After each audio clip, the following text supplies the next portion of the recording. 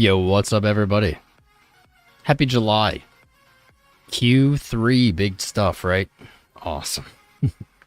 Well, it's not such an exciting start, but let's take a look. We're going to take a look at the Bitcoin chart here. You like this beautiful angry dog dragon type thing I drew? It's proof you can see anything in the charts. Our brains are very good at finding patterns, even patterns that aren't there. So we're going to take a look at what's going on in the crypto market. Our charts, we're going to look for some price predictions, targets. We'll go over our major price levels. But before we start, man, this stream deck just will not work, man. All right, well, I'm going to have to copy paste. Before we start, let's get the quick shill out of the way. Please hit that like button for the new stream. This is a big stream for us, as you know, guys. The start of the month is always the big time for us. And the more likes and subscribes we get while we're live, and the more you guys chat, hit answer the poll that's posted above, the more engagement the stream gets and the more YouTube shows our stream to new viewers. Very important. Appreciate you guys for doing that. You never get a notification. That's right, Krabs. Mr. Krabs. Feeling it now, Mr. Krabs. Never get a notification. That brings me to my second point. Discord. Hop in the Discord, guys. Very important. Discord has educational content. It's free, 24/7 live stream. I like to put the chart up of the day after the stream so you can follow along overnight. And most importantly, it's the only way to get notified of our streams. We're streaming live every day. You want to catch them. You want the newest, the cutting edge tech TA. The only way to consistently keep up with our streams, get in the Discord. Don't forget to verify. You got to just click the white check mark emoji when you're in there. All right, last thing, we're going to hop into the charts. Finally, today is the first of the month, and you know what that means. We haven't shilled it in weeks. It's been low hype, so we've kind of backed off of it, but it's the first of the month, and as you know, the first of the month, best time to sign up for Patreon, guys. Links in the video description along with some other stuff, also pinned to the top of the chat. Check it out real quick. This is our Patreon. It is our private group community, and what it is for any trader of any skill level. Anyone looking to invest in themselves, upgrade their trade, anyone looking to stop relying on pump and dump, I don't know, clickbaity, moon doom crap. If you want to look at the charts and figure it out for yourself, make your own decision, I would love to help you with that. Check out that Patreon. Comes with daily publishes, a technical analysis, educational content, trade setups, macro market stuff, news, everything, all the goodies. I put a lot of work into it. We also do have a social patron night, along with some small group Q&A stuff with myself, and there are one-on-one memberships available again this month if you're looking for that. So shill is out of the way. Good. I hate chilling, man. It's my least favorite part of the job. It's got to be done. Let me make sure this music isn't too loud, and we're going to pop in. Ooh, too quiet. Just the quiet hits of the, I don't even know, snare in the background. I like it. Okay, so we got that poll going. Let's get off this dog chart, and let's do as we do. So, quarterly closed. Let's look at the close. Where did it close? It closed at 35,000 on the dot. This is going to be the first important level we look at today. 35,000. Why is that? So currently, the monthly, the daily, and the quarterly all are a red candle. Not really that surprising. We did see, thankfully, some buying pressure off of the yearly open in the previous quarter, last month. And to see a new candle open to red is not a mind-blowing experience for me. As long as it doesn't set a lower low, this is pretty expected. However, if price and when price, fingers crossed, trades above 35,060 on Coinbase, we will have a green monthly, a green quarterly, and hopefully a green daily. Well, at the time, it would have to be. So that's going to be a pivotal level. If you're looking for a short-term scalp, that may be a level that you look to enter a short at, something, with a stop above. If you're not scalping, if you're waiting for your longs to play out, that's going to be the pivotal level to battle for. flipping that monthly and quarterly to green is going to be the first start to testing our next important level, sitting at 58,800. That is the quarterly close from last quarter and the close from the first quarter and the open of the second quarter. That is likely to act as resistance. So when we get over 35,000, our major boss battle is going to be up there. Major boss battle. Below, we have the 2020 open. Very important level. Tested, held. It's only been tested twice since 2021 started. And so we do not want to lose this. We do not want to lose that open. We do not want a red yearly candle. That would not look good, not for a bull market. So on the quarterly, that's it. The close could leave more to be desired. Not my favorite. I was hoping a little higher here. But what's important is the 2021 open was defended. We saw buyers. We can see that bottom wick showing us there was buying pressure at that level. And that's really the minimum of what I wanted to see.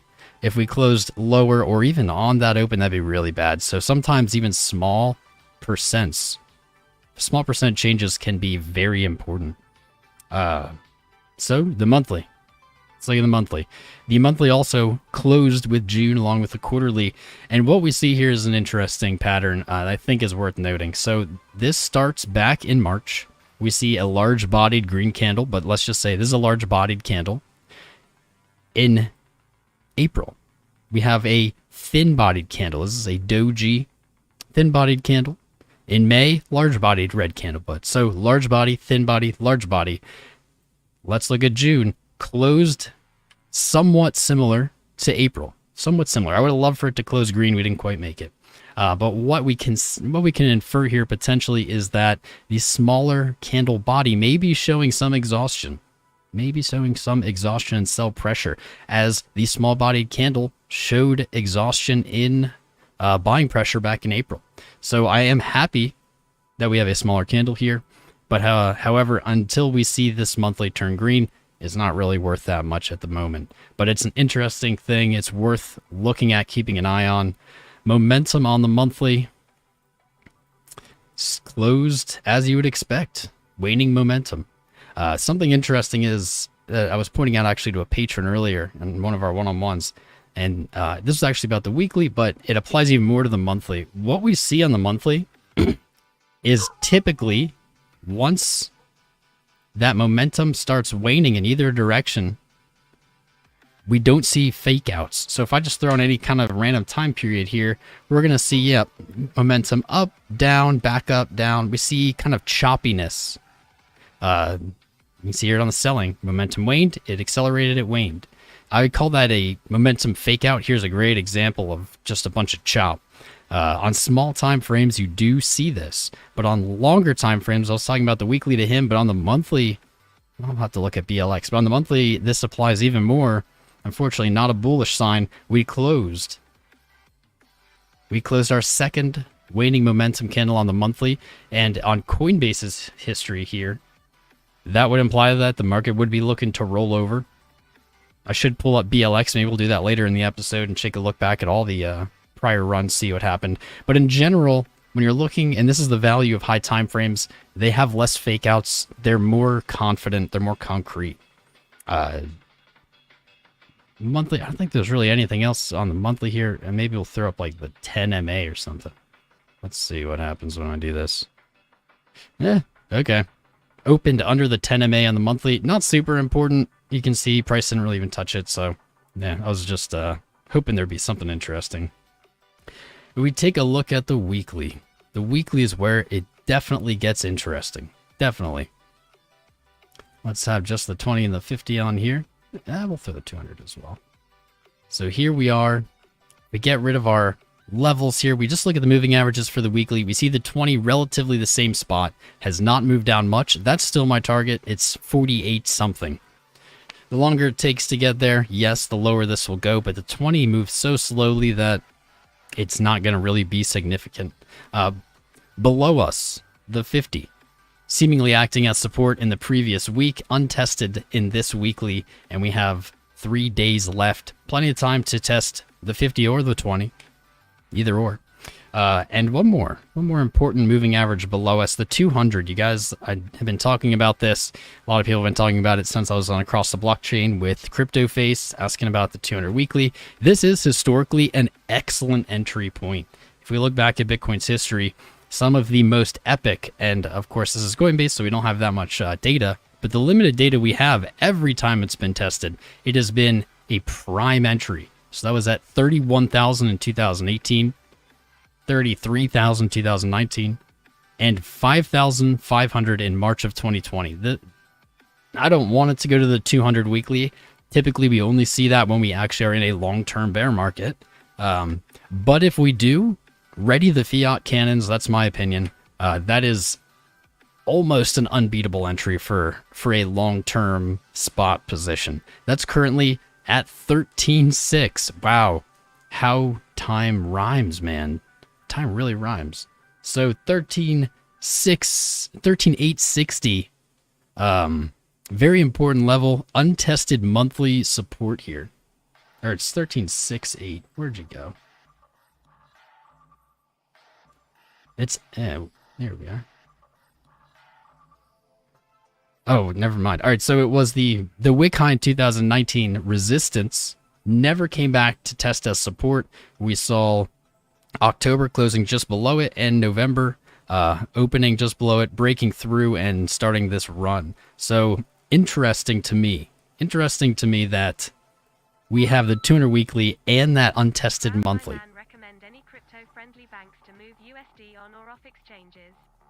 What's up, 100 Air, my man? Thank you for the $10 donation. Let me get back to you in a second. I gotta finish through. I appreciate your 10. I won't forget. If I do, remind me. I give you permission. We definitely will get in depth of that. So 200 weekly, excellent entry. 2019's resistance. This is a really pivotal point. I really can't see Bitcoin trading lower than this. Obviously, anything's possible. But the fact that it's overlapping with that high, that resistance previously, never tested as support on the way up, that is pretty coincidental. And if anything, just strengthens my confidence that if this area is tested, it will hold. Okay. Weekly has the only glimmer of hope here. Only glimmer of hope. We see our momentum bands are starting to tighten up a little bit. They were moving apart, diverging. Now they're converging. That's not a huge sign by itself, but the momentum on the weekly, and this is what I was talking to the patron about earlier, just like the monthly, we don't see that many fake outs. Yes, we can find examples, but in general, once momentum starts rolling over, whether that's buying momentum is waning, and that would be these light blue candles turning dark blue, or selling momentum waning, be these light red candles turning dark red, we tend not to see too many fake outs. We have 3 days to go to close this weekly, and if we close it here, that is the fourth waning selling momentum weekly in a row. That would be a pretty bullish sign, and it's one of the only ones we have. If you look back, it really is consistent. There are always going to be exceptions. You know, here's some chop at the top of February, March, April. But in general, momentum does not fake us out often. Even actually after 2017's all-time high, we did get a fake out, but after that, as soon as it started rolling over, it finished and moved to buying momentum, even though it wasn't too strong. That's one of the few bullish things we have on the chart here. So 3 days to go, I'm going to be watching where this candle closes. A bullish engulfing candle is not far away on the weekly. That's 35.5. If you remember back to a few minutes ago, that would also turn July's candle green.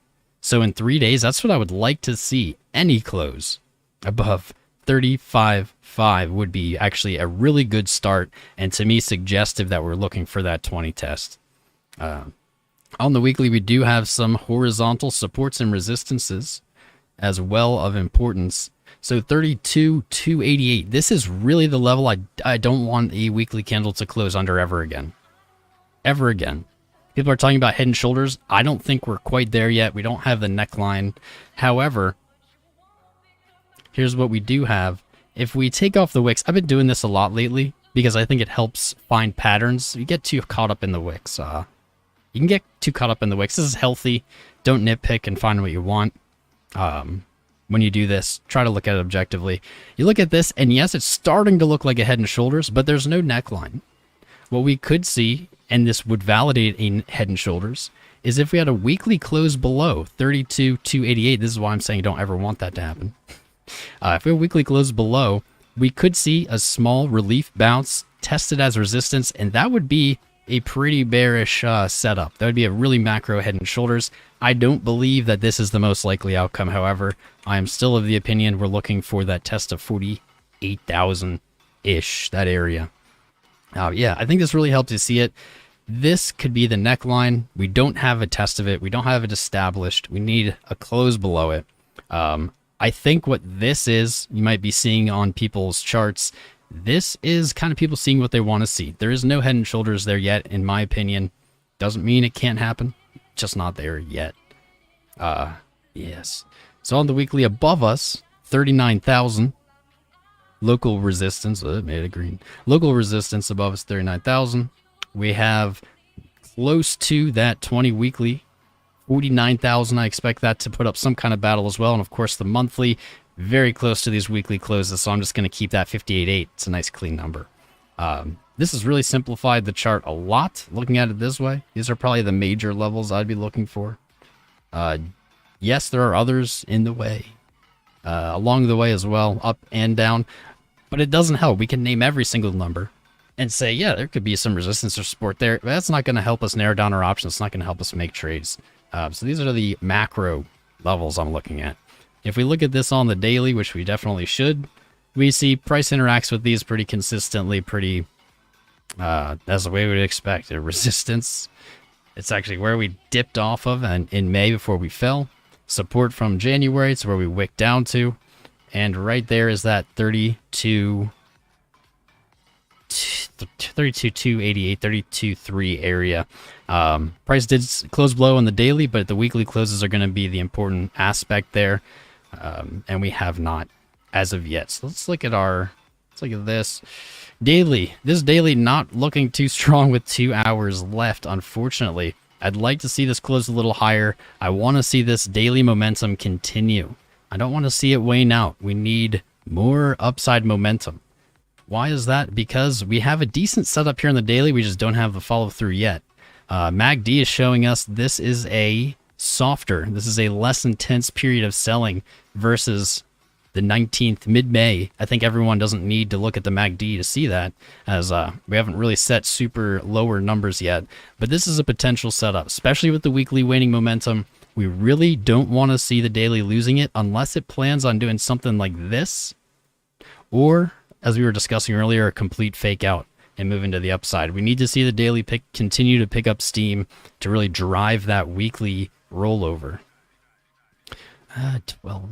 Yeah, let's look at the daily. Not done. That's just the MACD. We're moving on though. We're not going to spend forever. We're just going over this close. Hope you guys are enjoying it.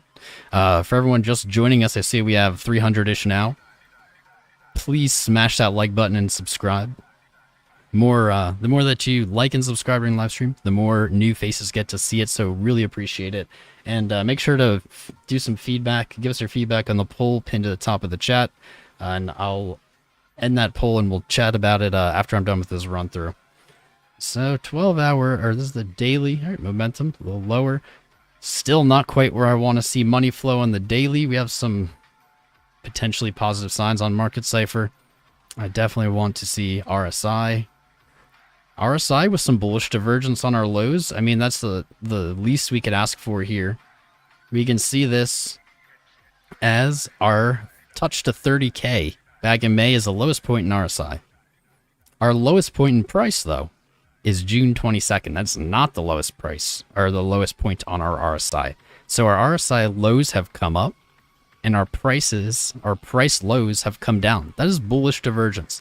That doesn't guarantee a moon, but it is a good sign. If we didn't have this, things would look much more bearish. This is part of a bullish argument if you want to make one.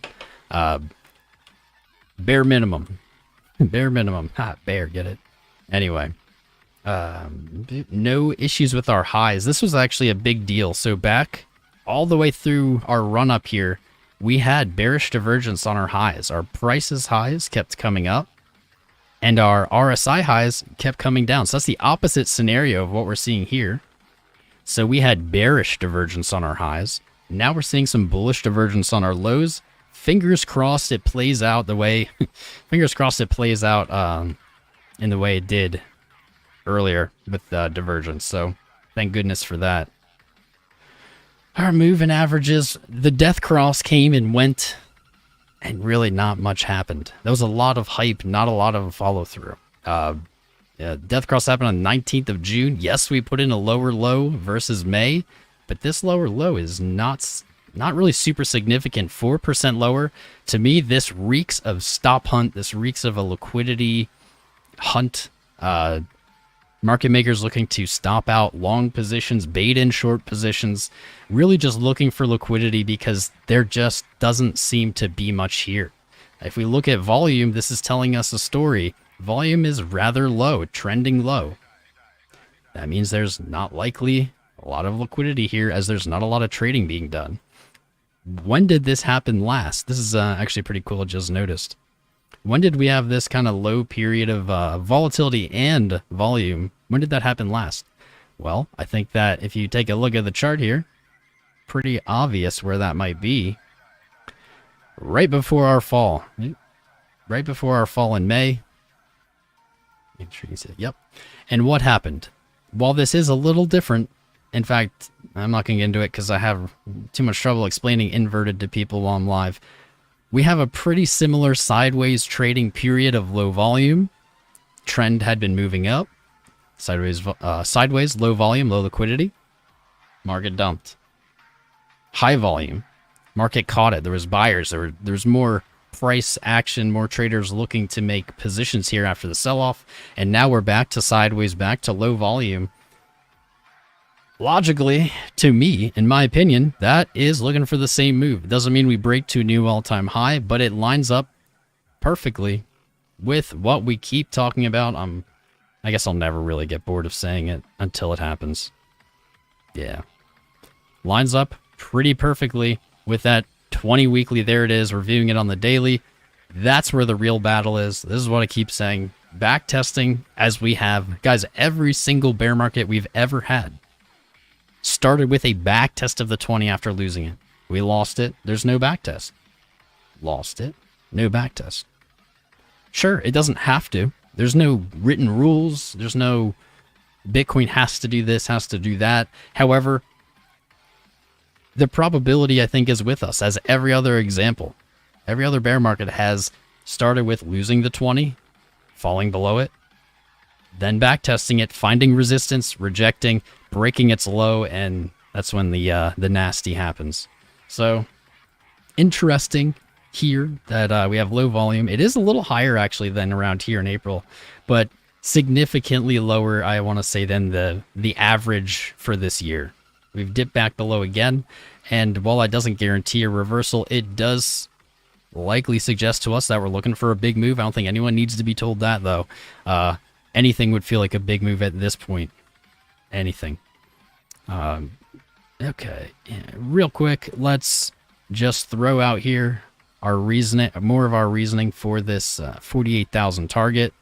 If we use our Fibonacci tool from our swing high to our swing low, our 618 target sitting at 47.5. I've been saying 47, 48, this range, it's not an exact number, it is a range, is now drawing closer and closer to that 20 as it's bending down, and they will eventually meet the same way the 200 and that monthly resistance earlier in the analysis they met. So will the 20 weekly unless we start moving above it quickly. And that's going to increase confidence for me that that's an important level. Unfortunately, it will also confirm that it is a strong resistance. I do not really want a strong resistance there. My ideal scenario here is we move to the upside, break through the 20, kind of breeze through it, then back test it as support. That's what I'd really like to see. It might be too much to ask. We may instead see something, maybe it's like this.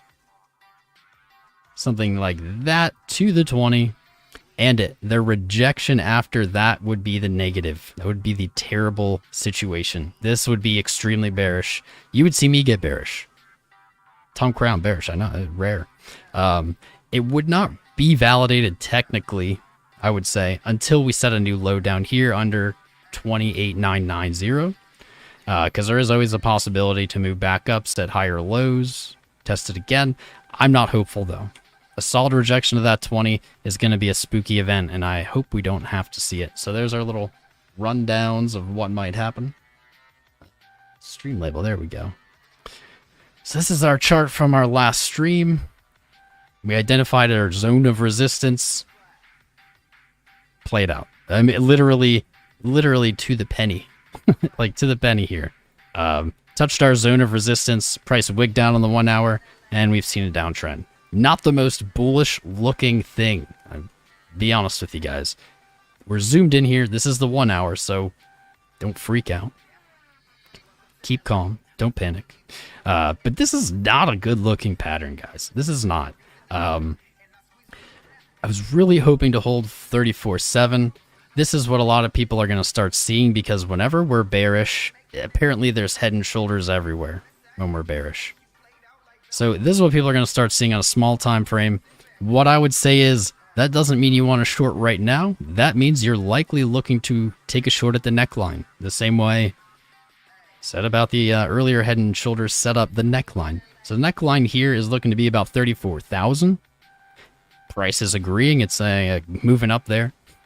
Moving up there. This is what we would not want to see if we're bullish, is a rejection then.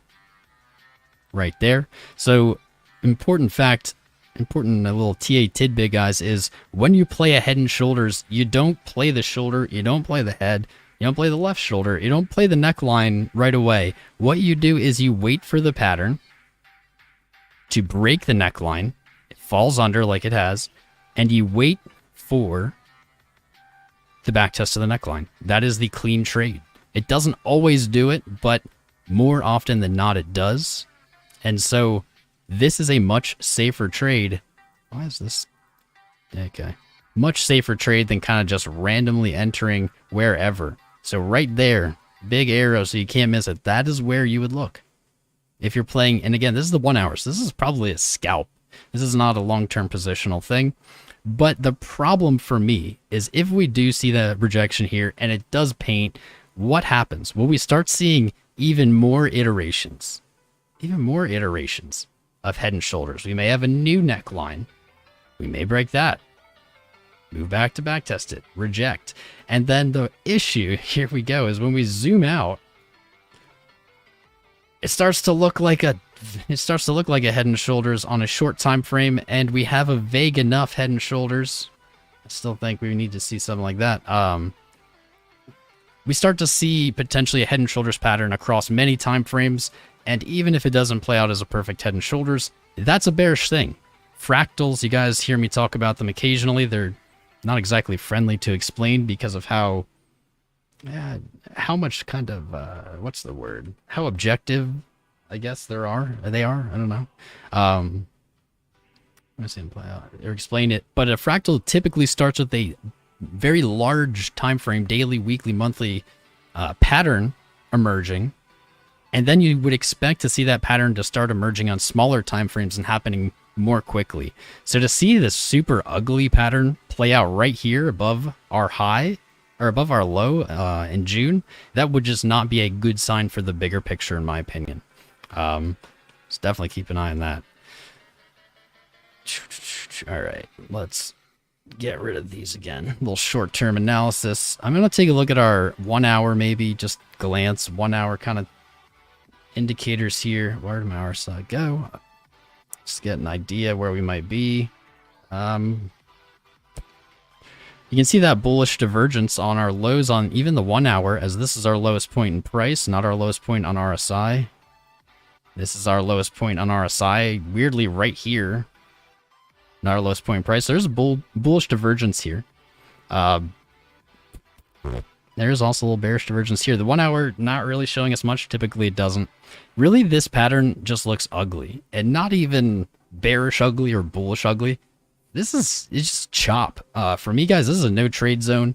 If I see any of my altcoins just pop off randomly, because we have seen a few kind of just take big surges out of nowhere. All of them have gotten sold off so far, as far as I know. If it does happen. I am looking to sell into anything that does that right now, into Bitcoin. And other than that, I'm not doing any trades. I'm sitting here, my portfolio is long. I may look to hedge a position short on a test of that 48. But other than that, I'm waiting for this market to make a move. When it does, I'm expecting Bitcoin dominance to rally, whether Bitcoin breaks up or down, expecting BTCD to rally. And so what that means to me is it's not quite the time for new alt positions. Bitcoin dominance has started to reverse, so the really good deals or really good selling opportunities are also off the table. And so in my mind, that's really kind of being like in the middle of the channel. We're not near resistance. We're not near support. It's just to open a new position here for me would be kind of just trading blindly or randomly. And that's not how it's not how I roll. So my hands, I'm just sitting on them. Big part of trading is to know when not to trade. I know. Sounds very like Zen. No, it sounds very like Chinese proverby. There's what I was looking for. All right. Let's take a look 4 hour here quick. Maybe some better news. Not really, but not bad news. Market cipher. Potentially waning momentum on the 4 hour, but not confirmed. Still have more than 2 hours left. RSI actually. All right. RSI isn't giving us any divergence. So that's arguably not a good thing or a bad thing, just neutral. We see our highs are in line with our RSI, and so are our lows. So no divergence. To me, that's just not a signal. There's just no signal there. That's okay. And I guess another reason or another testament to why I'm not looking to make a trade right now. Okay. I accidentally showed you guys our patron short, one of our trade setups from a few days ago on the last stream. Might as well check up in on it. Doing good. This short, like most trades in crypto, at some point felt like the wrong move. You're always going to experience that. You're always going to have a moment of, oh man, I did the wrong thing. Because price moves in both directions. It doesn't just move one. You're never going to open a long and price just goes up. If you do, I don't know, go buy a lottery ticket, man. So, like, since I've already shared it and the entry has already passed anyway, there's two ways I could look to play this move. There's many different styles of trading. I think that's something people need to understand more. If I was scalping this, and essentially that means I'm just looking for a profit, a quick position. I'm not looking to hold this forever. I'm just looking to get in and out, take something. I would likely move my stop to my entry. I think you can even probably give that a little leeway there. Maybe you could use that 35.5, that important number that we're looking at. You close, have it stopped a little bit in profit. If I did that, however, I likely wouldn't be looking to ride this all the way down.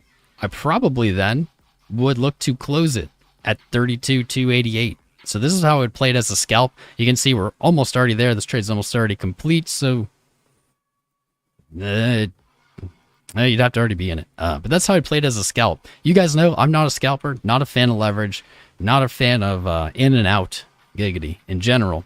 So here's how I would play it. I did not take this one. I do probably plan on taking the one at 48.8. Here's how I would play this one if it was me. I'm opening this short. In my mind, this is the Tom Crown trading strategy mindset here. I'm opening this short because, and this is hypothetical, because I believe it's going to go much lower. I'm afraid because it's going to go much lower, right? So my portfolio is long, and to shelter or protect my long portfolio, I may look to open a short position. That's how I would play this. That's the meaning behind this. So I would not move my stop.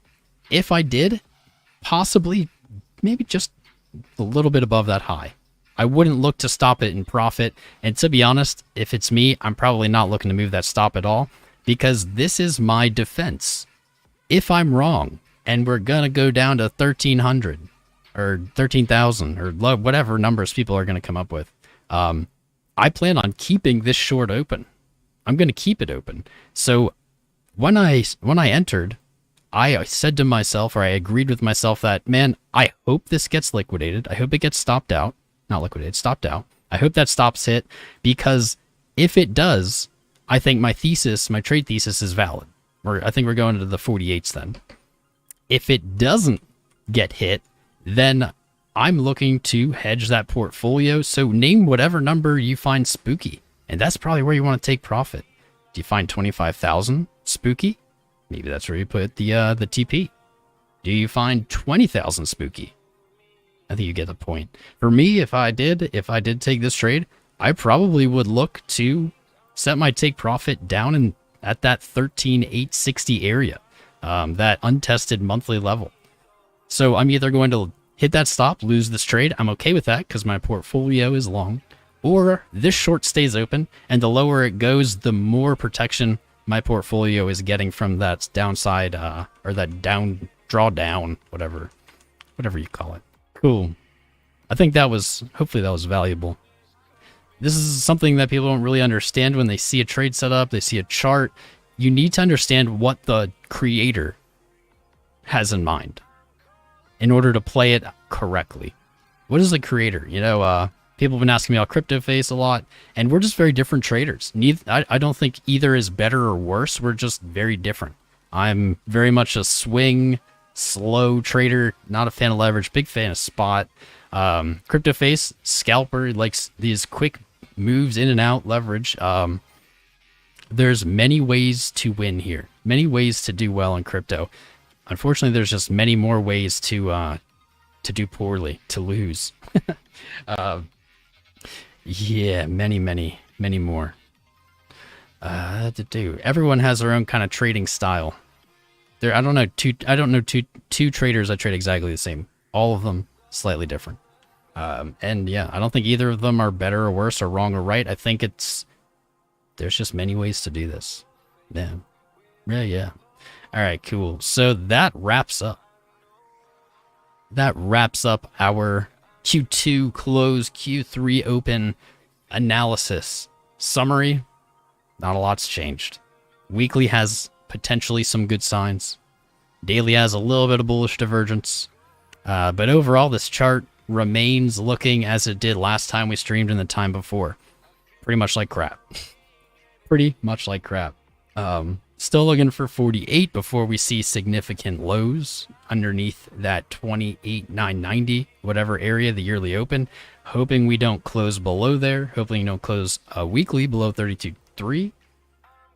And until then, we're just trading sideways. I'm in a no trade zone, just enjoying the chill, because whatever comes next, not going to be chill.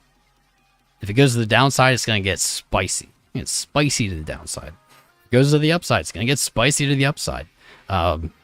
It's 1,000,000 degrees, so I guess don't spend time outside. It's like 110 here today. I'm melting, freaking melting. But yeah, enjoy the chill time, I guess. Bitcoin doesn't always give you that chill time. We had a lot of activity, a lot of excitement over the last few months, and now that it's calmed down a little bit, and take it as a blessing. Set yourself up for a win-win. Win-win. Take advantage of it, and guess what? You'll be pleasantly surprised when something happens. Okay, so let's close this poll with 400 votes. Tabulating the votes. We'll close her up. While we wait, quick chill. Smash that like button. 450 watching, only less than 200 likes. That's pathetic. Pathetic. You guys are better than that. Treat yourself. Hit that like button. Subscribe if you're new here. We're going to be live every single day, looking at the chart, updating you guys. Even when there's not much to update on, we'll keep updating you. Jump in Discord. It's the only way to get alerts when we go live. And last but not least, check out that Patreon now. Today now is the best time to sign up. Patreon bills on the 1st of the month. So if you sign up tomorrow, you just lose a day. Don't wait till the middle of the month. Don't wait till the end of the month. I have no control over that. I wish I did. I think it's stupid, but that's just how it works. So pull the trigger today, or at least don't wait very long. So the poll results. Budding. Where's my chat box? All right, looks like people feeling a little more bearish. More bearish now, won by just a slim few votes. Expected coming in second, now more bullish. You know what? This is really close for us. So we have about a third more bearish, a third more bullish, and a third neutral. This is unusual for our group. Our watchers, our viewers, if you're new here, this may be you someday. But our viewers are not the typical retail. We are chart lovers. Typically, we're more bullish as well, I think, than other groups. And so to have it split is not a common result. And as I said before, the results of these polls I find more interesting and more meaningful than the answers, or the answer that won. I don't think that that's that important. It's interesting to watch our community sentiment change, flip back and forth, and I think that it has value. So to see us more neutral, not more neutral, really split. I think we were leaning more on the bearish side last time, so. I don't know. Yeah. Interesting. I didn't expect that. I expected people to say more bearish. We didn't get the awesome green close out of nowhere like we wanted. That's kind of what I was expecting. So good. Spirits are up. Spirits are up. People are feeling fine. Right on. So let me get to these super chats. What's up, David Harrison? How you doing, man? New here? Welcome. Good to have you, my friend. Ooh, man. Bunch of subscribers. Got some super chats. What's up, Mate J? Welcome. Mike Mitchell Smets, Vinicus Corridero, Eric Lovegoria. What's up, Dominic DeGraff? Welcome back, man. Long time. I'll read your super chat. Gimme uno segundo. Van Life 177, Russian name I can't pronounce. And Kwang Pham, Dr. Olegan Kemal, Ezjaz Ahmed, Igor, Bertrad, Rishi Chug. Pretenston Destin. Man, these are hard names. You guys are mixing it up on me today. Ashirawara Aran and Luca Moskrik. Welcome, guys. Thanks for subscribing. Appreciate you. Welcome to the fam. Good to have you. Love to see new faces here. YouTube doesn't always show us the new faces. I don't know why. So if you're sitting there, new, unsubscribed, hit that button. Jump on in. We're gonna be live every day every day, at least for like the first week this month. What's up, Path Infinite, Joshua K, RPCC? I love shouting people out, man. I'm so happy that YouTube finally re-enabled the alerts for subscribers. For a few months, it just wouldn't do alerts for them. I don't know, they broke something. Bad Saf, my man. Invest yourself, join the Patreon. I love you, brother Saf. Saf, one of our elder patrons. Really great guy. Fun enough. It does feel neutral overall, says Fun enough. Dude, agreed, man. It's weirdly neutral. This is Bitcoin's power. This is something I talk about a good amount. Yeah, might as well throw a little bit in there. Bitcoin has 3 weapons, and that is euphoria, fear, and then boring. Boring is the untalked about one. Bitcoin's a real expert at manipulating our emotions, getting us addicted to hits of dopamine when the market is trending in one direction. I'd say that's probably November through May. Hits of dopamine, regularly scheduled. It's just the perfect intervals to get you hooked. And then it changes. We drop. All of a sudden that euphoria is gone. You're feeling a sense of loss. And now your body is pumping cortisol hormones through your body, making you stressed out, making you tired, making you angry, anxious. And then it just leaves you on red. It ghosts you. Makes you feel really good, makes you feel terrible, then it ghosts you. It just goes into boring mode. This is the ultimate Bitcoin setup. This is actively trying to get people to fold, get people to quit, get people to stop paying attention. It happens so consistently in Bitcoin, that same pattern. It's amazing. And it's super effective every time. No one is immune to it. I feel it. Not as much as I did when I started, but I still am aware of it somewhat. It's an expert. It's like a drug dealer. Gives you a little hit, and then it's like, oh, I'll see you soon, buddy. Yes. Effed up analogy, but it is what it is. It's very accurate. All right, let's get to these super chats. Deneen Muddy, Rodney Coden, Lewis, Bustamante. Welcome, guys. Thanks for subscribing. Make sure you smash that like button. Get in Discord. Links at the top of the chat. All right, so DeGroff. Mr. Dominique, I don't know if you're still here. Hopefully you are, man. Thanks for the €2. Watch your Discord PM. There's a long setup. Uh-oh. Again, long setups. Okay. Yeah, we'll just pull this open. Why not? When in Rome. This is what Mr. DeGraff. Ooh, Mr. DeGraff also noticing the daily bullish divergence. Yes, indeed, correcto. And he's saying potential long setup on this descending high trend with, ooh, is that with a 618? With a 618? Okay, let me see if I can reproduce this. That was on the inverse perpetual swap. So it's like Bybit's chart versus this is Coinbase, so they're going to be different. I think that's darn close. On Coinbase, it's looking like 32.5. Yeah, but I like it. Potential, man. Potential, and what I like about it with the trade, this is not financial advice. This is just my opinion. You might even be able to play something like this. Might be able to. Let's see. Where would I rock that back up to? Oh, yeah. Okay. Not the best trade with a 2.3 risk to reward. So I think actually I would play it more like this. I would take it down to that 32.3 level.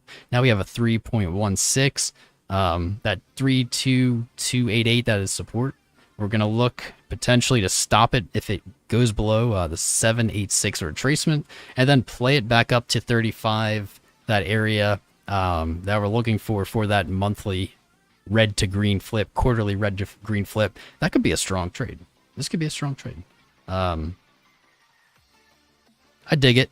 It might. I think it would take a little more patience. I'd rather miss this trade than enter a bad one. I'm gonna keep that. I like it. Up there. That's actually. I did this almost exact thing with different reasoning. Like I said, everyone trades differently. I don't think any of them are right or wrong. But I came up with that exact same long position earlier today, chatting with Simon. That's funny. It's amazing how people can. I know TAs that like focus on Elliott wave. I never use Elliott wave. I personally don't see any value in it. But I know very talented traders. I don't know how they do it. That use Elliott wave regularly and are successful. Something I think has no value, someone else is making profitable trades with.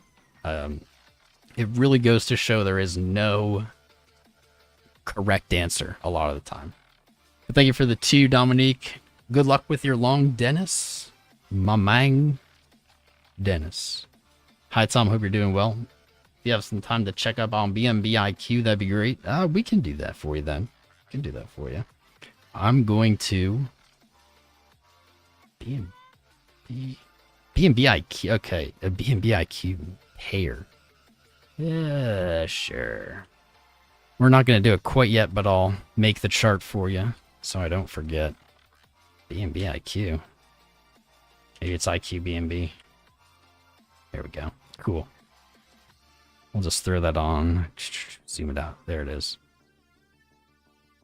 Not a very pretty quarterly, not a very pretty quarterly off the top of my head when we're looking at it. We'll take a look at that then. Let's get through the rest. 100 air, my man. Sorry about that. It's been 37 minutes. My apologies, dude.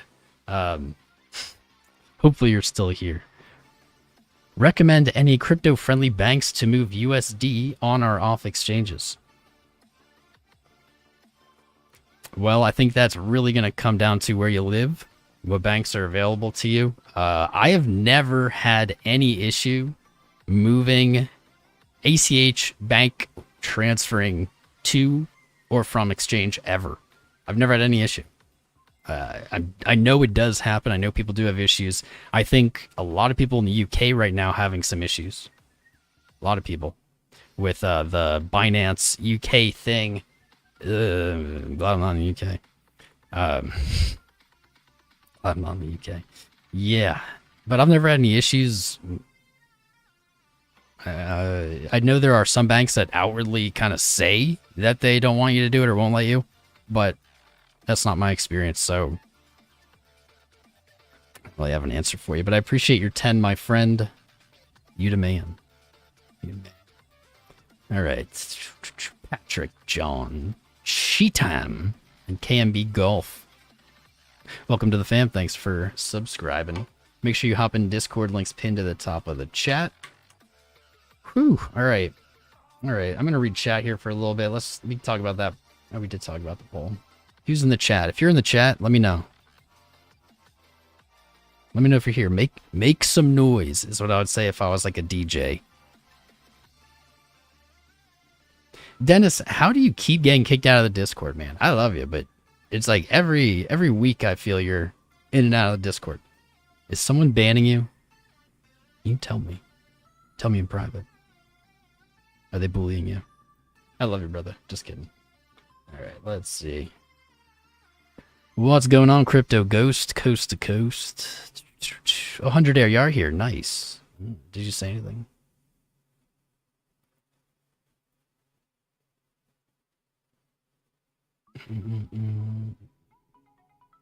What's up, Yong Sun Jong with the clown emojis? Nick M, what role am I in League? I play AD carry. I can, honestly, since they changed all the items and stuff, I mean, it just doesn't matter. I think I played the most support games, to be honest. Yesterday's still here. Oh yeah. Alexis Espinal. How do you see ETH moving forward? ETH is looking ugly. If you guys watched the last stream, ETH has not gotten its game together yet. Has not gotten its act together, and honestly, guys, I wouldn't expect it to without Bitcoin doing something. This is what we doodled last stream. We were afraid of the rejection from the 20 weekly, this white moving average here, and wow, there. We hit it yesterday, closed at it.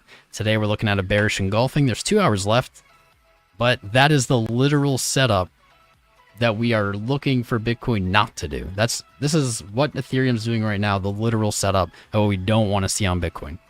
Don't want to see it. Ethereum's gonna have to hold that 1700, the exact same as we said last stream. Gonna have to hold that 1700. If it doesn't, after it rejects from the 20 weekly, this starts looking like a blow off top. That's not good. It's not good. You can see it went from 2,000 to 4,382. That's over 100% move with no significant move to the downside. That's pretty typical. It's kind of characteristic of a cryptocurrency blow off top, is 100% move up after you've been moving up with no real retracements in that 100%. Typically happens very quickly. This was actually 30 days, so it's much slower.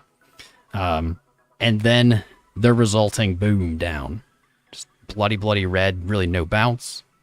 So Ethereum has seen better days, but here's the thing, guys. If Bitcoin breaks to the upside, I mean, Ethereum USD is going to break to the upside too. Might not move as much percentage-wise, but everything's really waiting for the corn. It's sadly that simple. I know I wish it was more complicated because then we could obsess over it more, think about it more. But that is where it is. All right. Boom. How you guys feeling? Andy Power, what's up? Game Dude, can you short or long Matic with us? Sure. Ogulakan Bayuk. Take care, my friend. Fun to watch. Thank you. Paulino Ho, how you doing? Long from 46K. What should you do? Learn from your mistakes. Benjamin Swanson, what's up, man? Dallin Son. Dallin Son says Varo, by the way. 100 air. BTC long or short? Short from 36K. Cool. So were we. Cryptid. What's up, Cal J? Matej Korosek. Matthew Miller. What's up, man? Who else? JJ. JJ. One of my best friends' name is JJ. What's up, JJ? Fred De La Cruz. Another Cruz. I see. Why the frown? Dude, Fred, I have no idea if it, I don't know, it meant to, I don't know what it was, but that made me laugh, man. It's your boy, Fred De La Cruz. J Treblanche. I have a feeling we're going down to 24K. 24K is where I would look. I mean, if we break our low of last month, 24K is where I would look first. When we really bother looking at 20, I'd be looking at 17.1, 13.8. Johnny, how does leverage work? Thinking of getting in. John, if you have to ask how leverage works, and this isn't personal, man, please do not use leverage. Please do not.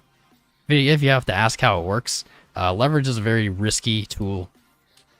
It is not, it has knocked out more people in crypto than anything else I've ever seen. More than pump and dumps, more than rug pulls, more than scams, whatever. Leverage can take all your money very quickly. However, guys, if you insist on leverage trading, if you insist, which I know you do, you're not going to listen to me, it's fine. You don't have to. Nobody does when I say this. But if you insist on it, use my link down below under the video. Use my Bybit link. I'm not chilling Bybit, but I know I can't stop you. So there you go. And my blessing. Use my link if you're going to do it. Vol, let's see. Beats, what's up, Wook Chewy? Yo, dang. What is up, man? Not much. Good afternoon to ya, Sir Munchalots. How you doing? Martin P, what was the MA 200 or EMA 200? We were looking at the weekly 200 MA. EMAs and MAs, going back to what I said earlier in the episode, but where there's no wrong or right way to do things in charting or analysis in general. There's a lot of room. MA, EMA, they're both good. You can use either or. Don't think either is better. I just personally use MAs. Just what I'm used to, what I like. It's on my bull short term or dropping down around 32.3. Well, 32.3 is where we were talking about that hypothetical long. Where'd it go?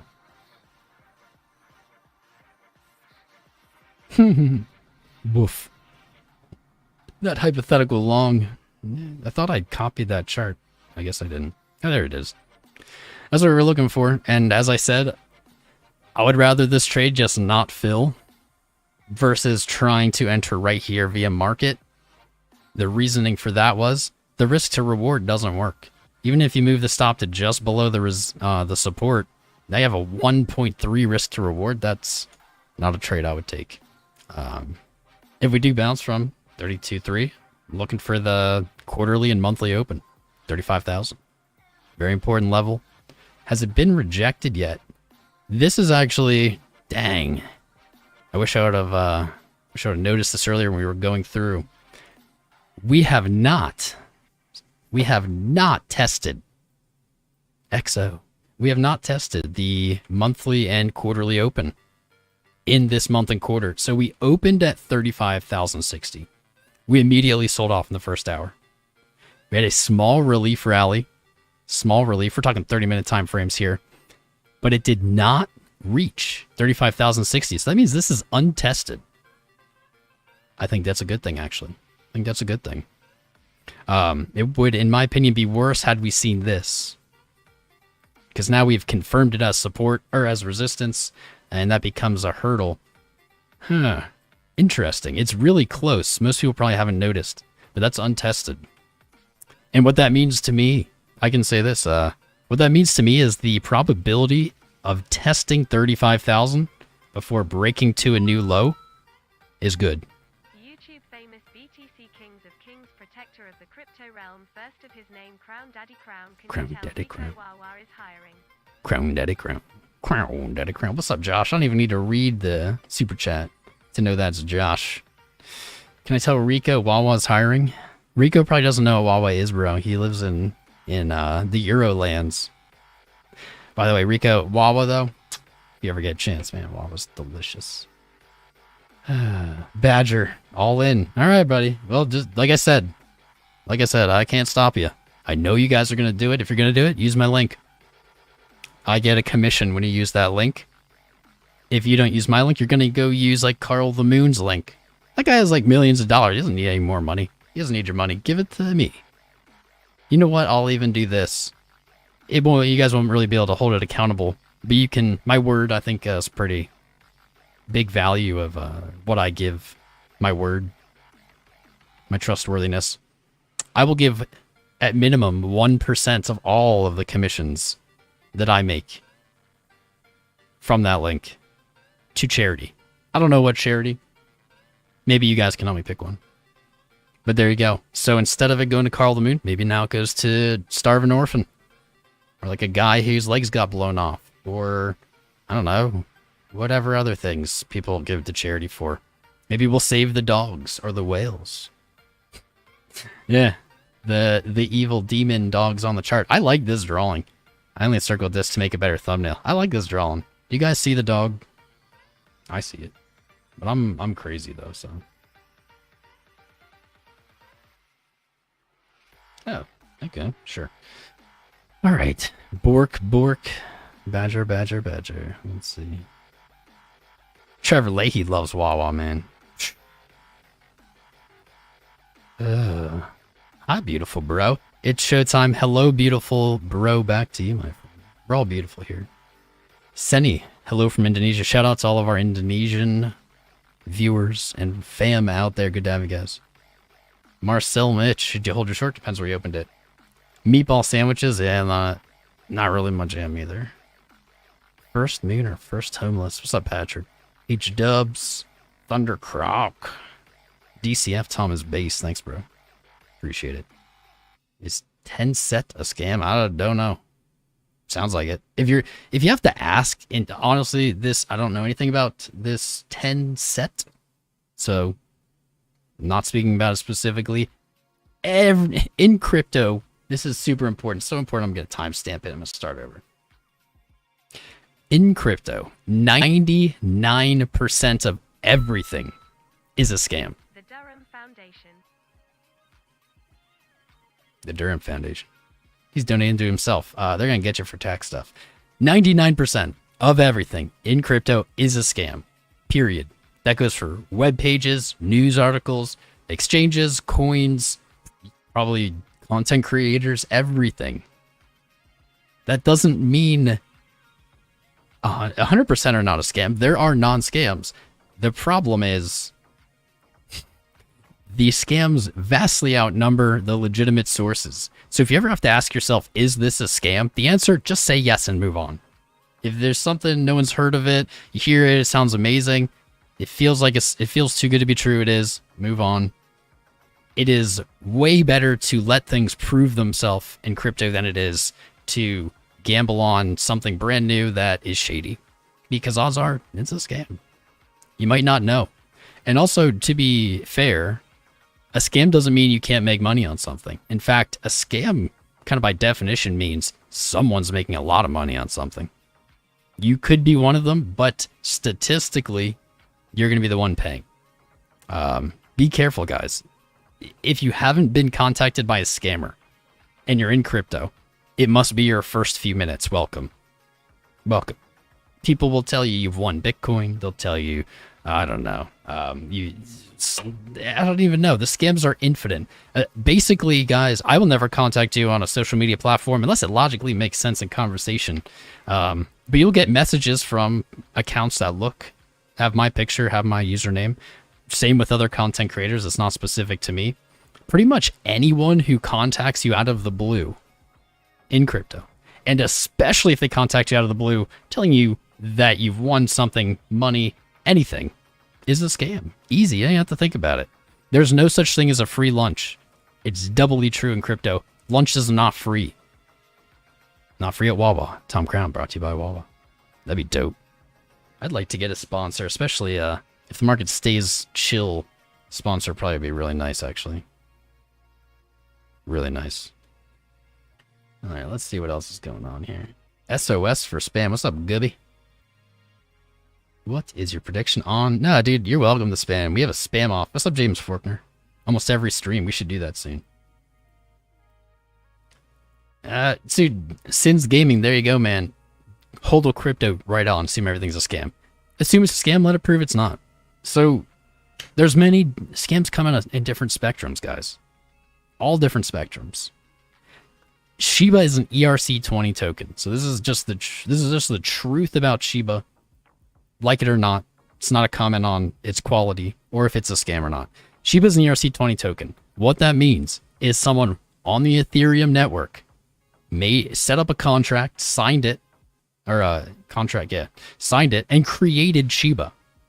Snapped it into existence. Boom. One day there was no Shiba. The next day this person signed it. Now all of the Shiba is in their wallet.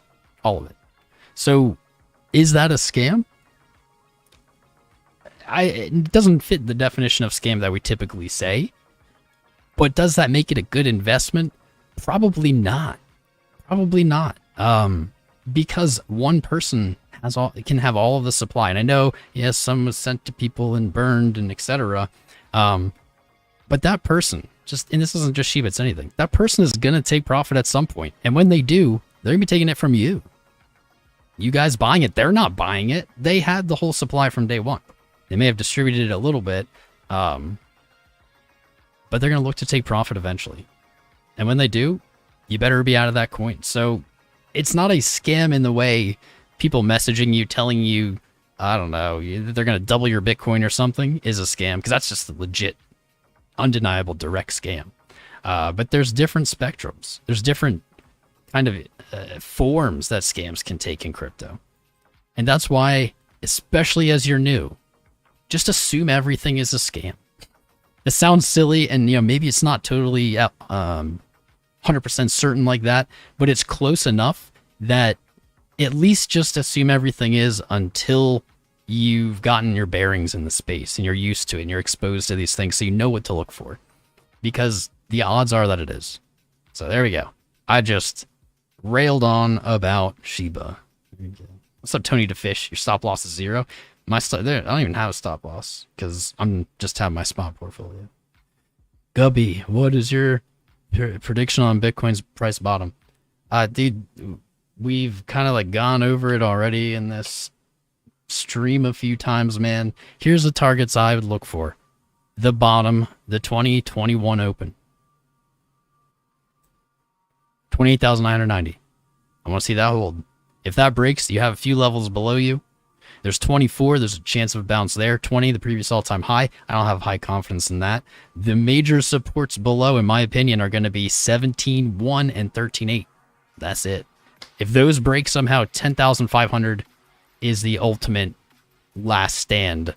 I could never see a world where 10,500 breaks. So much volume, so much trading went on, such a long time at that level. Was tested as support on the way up as well. There you go. There it is. Thunder Croc. Should you just get Bitcoin then? So I'm not gonna I'm not making the decisions for you guys. I don't want you, crypto things can be done differently and can be successful. But I, in my opinion, think everyone, especially when you start out, you should have at least 50% Bitcoin in their portfolio. This is my opinion of what a good portfolio looks like. However, being a maximalist, I still don't think a good portfolio is only Bitcoin. I prefer to recommend about 75% Bitcoin. But even as a maximalist, all I want is Bitcoin. I still think that there's room for alts. Still think there's room for alts in every portfolio. How else am I going to get more Bitcoin? I'm going to trade these altcoins against it. I'm going to stack my sats. The problem is when you have no Bitcoin in your portfolio, and those people are feeling it right now. Bitcoin goes up and down. It's very volatile. But if you compare Bitcoin to altcoins, Bitcoin's the stable coin. Bitcoin is the one that is the least volatile. All the other coins are flying around in comparison. Bitcoin's kind of like the dollar in that sense in the space. Well, I guess stable coins are, but the comparison is apt. It fits. It fits. It fits. Let's see. So we'll take a look at some charts too. Yeah, let's take a look at some charts. Some charts, boys. Trevor Leahy, Smokes, let's go. Smokes, let's go. What should we look at? Should we have a spam off? I mean, people are spamming anyway. Probably should have a spam off. Right? Spam off. Spam-ba-lamba dam. Shamba-lamba ding dong. I'm in a good mood today, actually. The first of the month's always intimidating. It's always intimidating. Because, oh wow, today's the 8th of July. It's always intimidating because there's a lot of pressure with the way Patreon bills and stuff. Check out Patreon, links pinned at the top of the chat. I'm feeling good today. Even though price isn't doing much, I have a good feeling. Is this bot working? Has it been shilling the patron? Has it been doing it for me?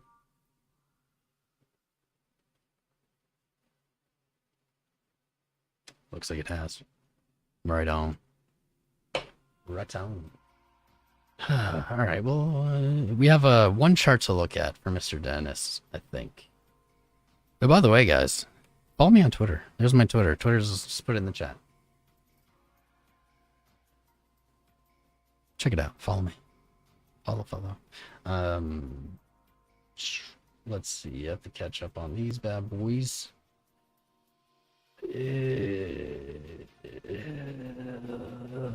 Dominico. All right, Dennis. BNB IQ. I pulled it up. Let's take a quick peek. That quarterly looks like crap. Looks absolutely like garbage. However, there is one important factor, one important thing here that might have a bullish case for this pair.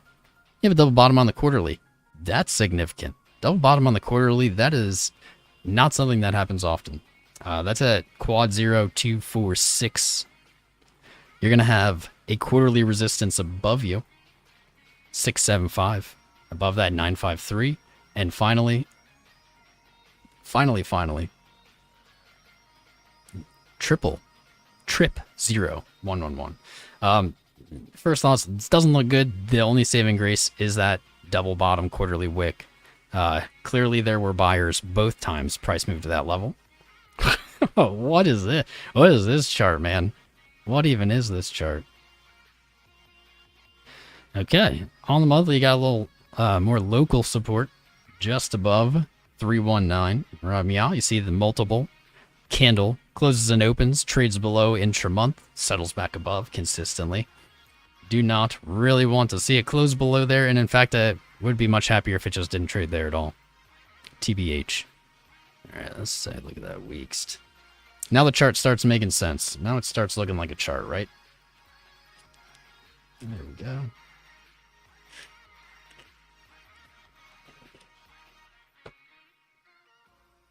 There we go. Weekly showing us maybe one more resistance, maybe two more. This is it. There's your map.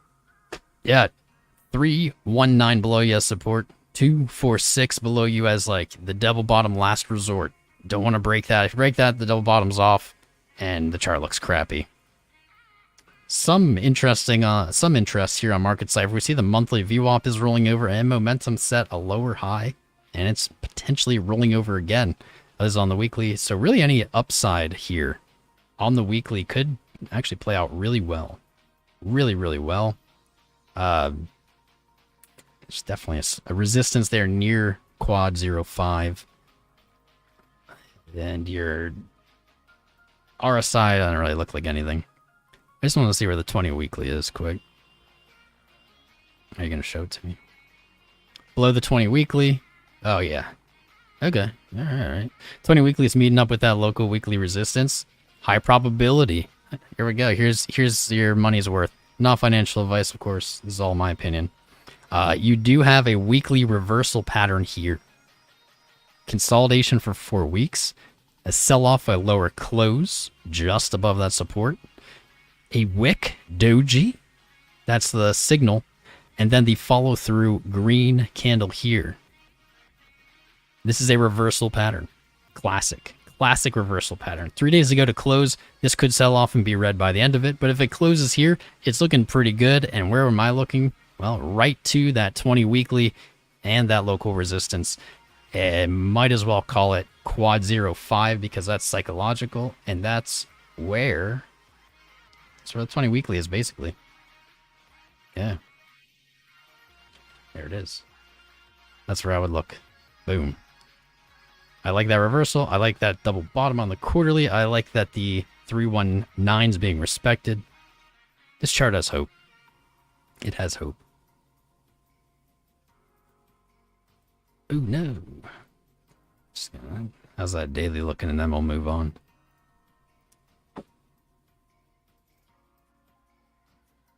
Not a lot there. Not a lot there on RSI at least. Higher high on VWAP. Interesting. And we had a lower, money flow maybe looking to roll over on the daily. Maybe. We're going to have to see a momentum swing on the daily here and eclipse go higher than the 6th of January's high. Preferably even the higher 24th of May would be good. We can see something like that. Yeah, that would be real spicy. That'd be really spicy. So cool chart. I've never looked at it. I don't really look at BNB pairs much, but when in Rome, Bork. Not bad. Not bad chart. Interesting because it is IQ BNB. It doesn't have the Bitcoin or the dollar pairing. It's interesting. So anything paired with BNB is going to have a different looking chart than things paired with BTC or USD. So it's always nice to take a look at those and just see what's up, I guess. Yeah. Okay, what's next? Should we have a spam off? Shall we spam for the next coin? Shall we spam? Yeah, just do it. You guys love spamming. Go ahead, just smash in chat whatever coin you guys want to see next, and we'll vote on it. I see DOT. The ones I see most are the ones that are going to go up on the poll as the finalists. Altcoin highlight finalists. There we go. Just DOT. That's it. Nobody wants to see anything but DOT. Legion for what? Orchid and Dope. That's it. Maker.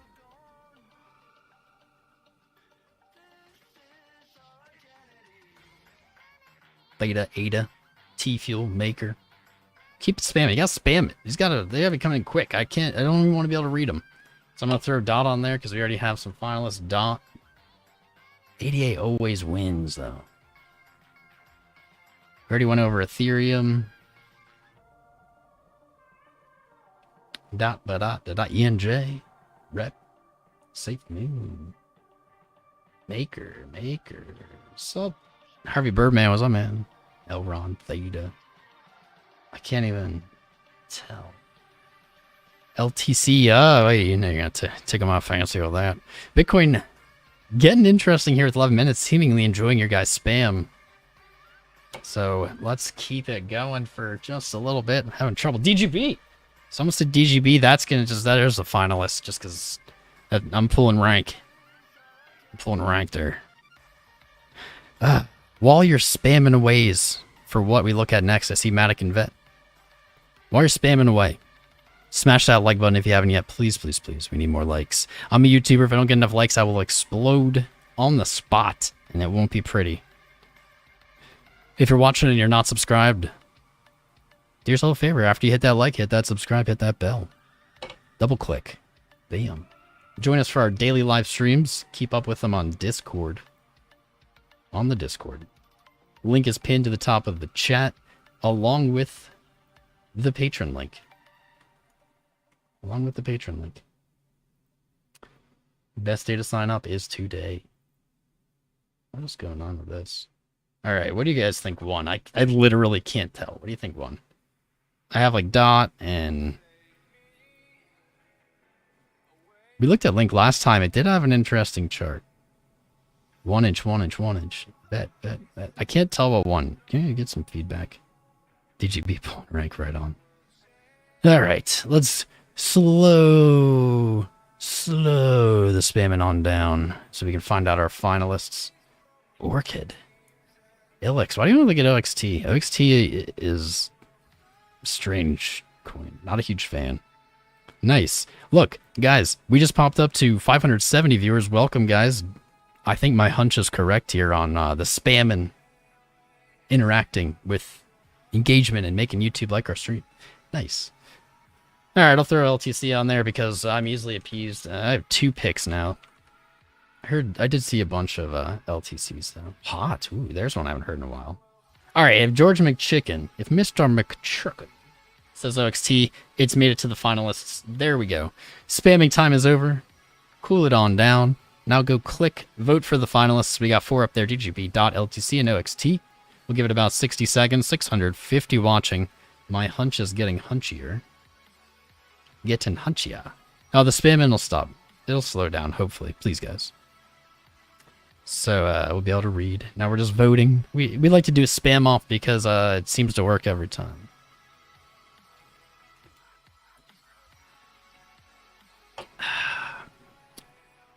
Monster energy drinks.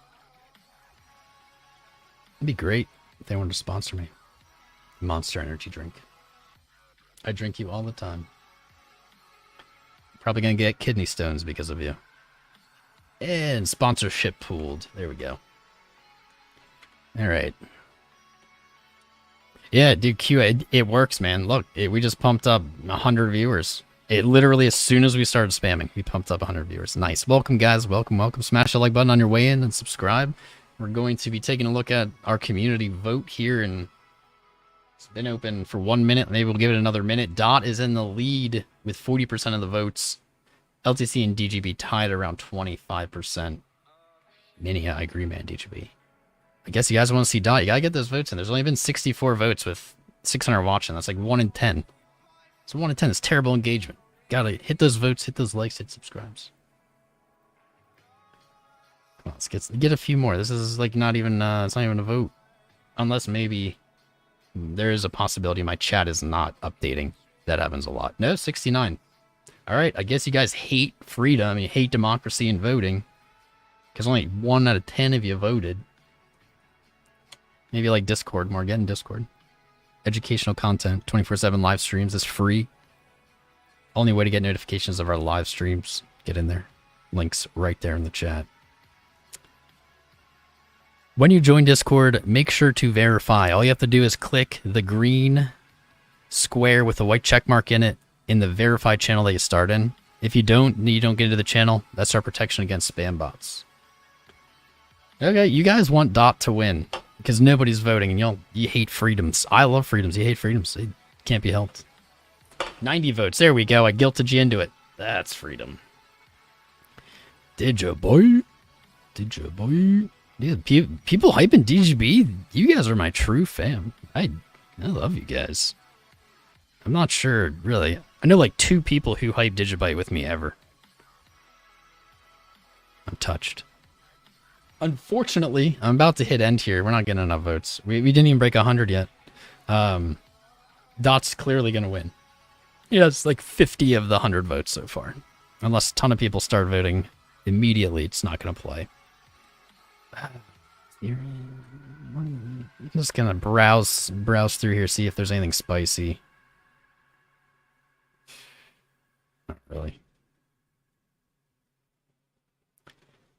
Link. Doing exactly as we called. Exactly as predicted. Nothing is ever exactly as predicted, guys. That's BS. But it's fun to say. It's fun to say. Gets you clicks. Gets you clicks.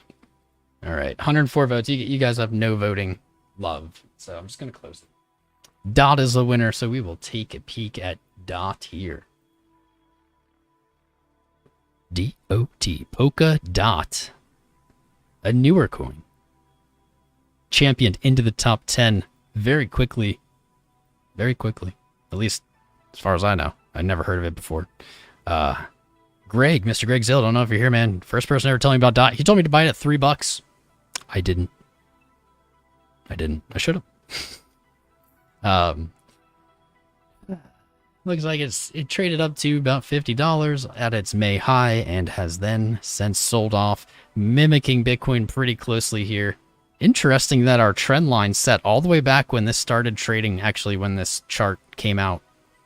Didn't start trading then, but when this chart came out. Interesting, still in play. So this was placed, you can see these lines are from September 2020. You can see it found support here in January. Found support again on May, in May's sell-off. And then, wow, and when it finally lost this trend line, fell through. That is wild, man. I haven't looked at this chart. This is a surprise to me as well. Pretty cool. Well, we know that trend line's important. That's pretty much the takeaway from that. That is a trend line of significance. Del significante. Right on. Oof. Let's get... What's up, Vesemir, man? How you doing? I realize I haven't shouted you out in a while. Let's take a look at some big picture here on the Dot. So, looking at a 618 retracement. From your January little bounce off this trendy. That 618's at $15. That's a really nice psychological level. It'd be nice to hold. Currently trading at $15.32. Bullish divergence not really there the way it is on Bitcoin right now. You don't have bearish divergence either, so it's not a huge deal. Maybe a little bit right here. Unfortunately, you don't have that. MACD looks a little better though. Momentum is on the second day of increasing, even though we have a red candle here. Second day of increasing momentum, different from Bitcoin. Well, this really is just very different from Bitcoin.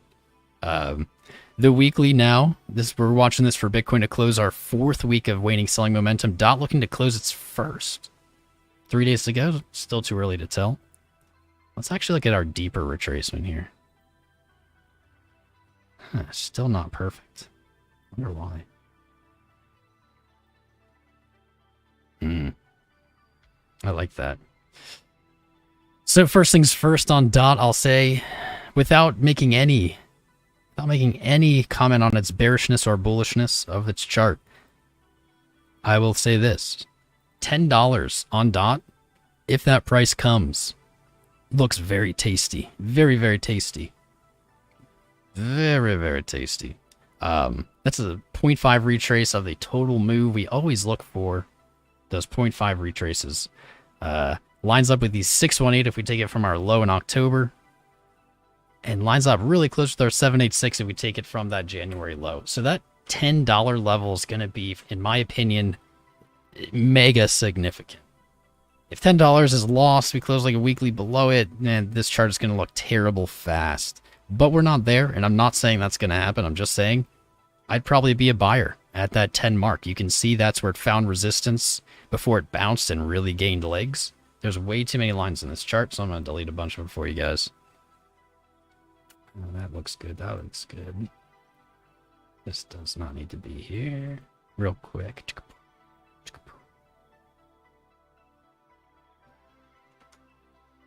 There's 2 there. There we go. All right, that'll do. That'll do. Okay. Take that. So $10 is where I would be looking for a steal. If I didn't have DOT, which I don't really have much of. You know what? Here, I'll just put it out there. I'll be a buyer. I'll enter DOT in some meaningful way in my portfolio. For me, at 10, if it reaches 10. That's what I will say. Okay, 12 hours shows that bullish divergence, but this is really close to kind of a double bottom. Very undecided here. Very undecided on this. I think the only thing I really can do is this. Where did we retrace to? 0.5 didn't quite hit that 618. Sure. 29 or 30. Okay. Man. This is a toughie. The difference here, here's I guess the important fun stuff we're not gonna get everywhere. The difference is DOT's chart looks, despite being pretty similar to Bitcoin's, probably to the untrained eye. I'm just playing. It's actually very different. You can see the highest point in price is where it's sold off from. Bitcoin, not true. Bitcoin, basically, we saw the equivalent of this weak, rounded rally that got sold. So, interesting that's highest point in price is where it's sold off from. This is looking a lot more like a potential falling wedge. Could also be channel. You never know. Never know until they paint. But I can see this as a falling wedge. That might not be what you want to hear, unfortunately. What that could mean is something like this. To that 10, the 10 lines up. But then that also means you're going to look for it to break to the upside. That's the good news. That's the good news about falling wedges. So let's assume it does. Perfect. Man, my eye for this crap has gotten phenomenal. Looking at charts all day, every day, turns out it wears off. So here's what I actually might look to do. I could look to play it this way. If we do fall to 10, I still... It's really, I think it's going to follow Bitcoin right now. We're not going to get any unique signal or something. But if it does fall to 10, I'll be a buyer. And then I'm going to look for the 618 retrace. That'll be $27. That'll be a 170% gain. 618. Right back to that resistance in June. That would be a sweet trade. Let's place this here for future Tom and future viewers. Future Tom and future viewers will look back on this and say, Tom's terrible at TA. That trade didn't work out. That trade didn't work out at all.